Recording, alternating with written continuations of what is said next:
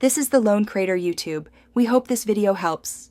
You start by making the receiver live, plug in the power or insert charged batteries so you avoid mid-setup drops. Once powered, choose the correct input, AUX for analog, optical for digital, so the signal path is clean. Next, put the receiver into pairing mode and make the transmitter discoverable. This initiates the link.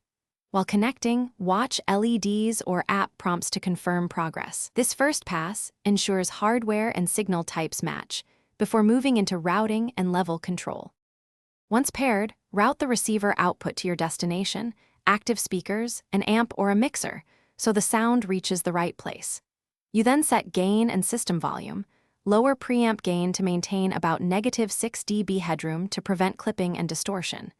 If you use multiple wireless links or video, address latency.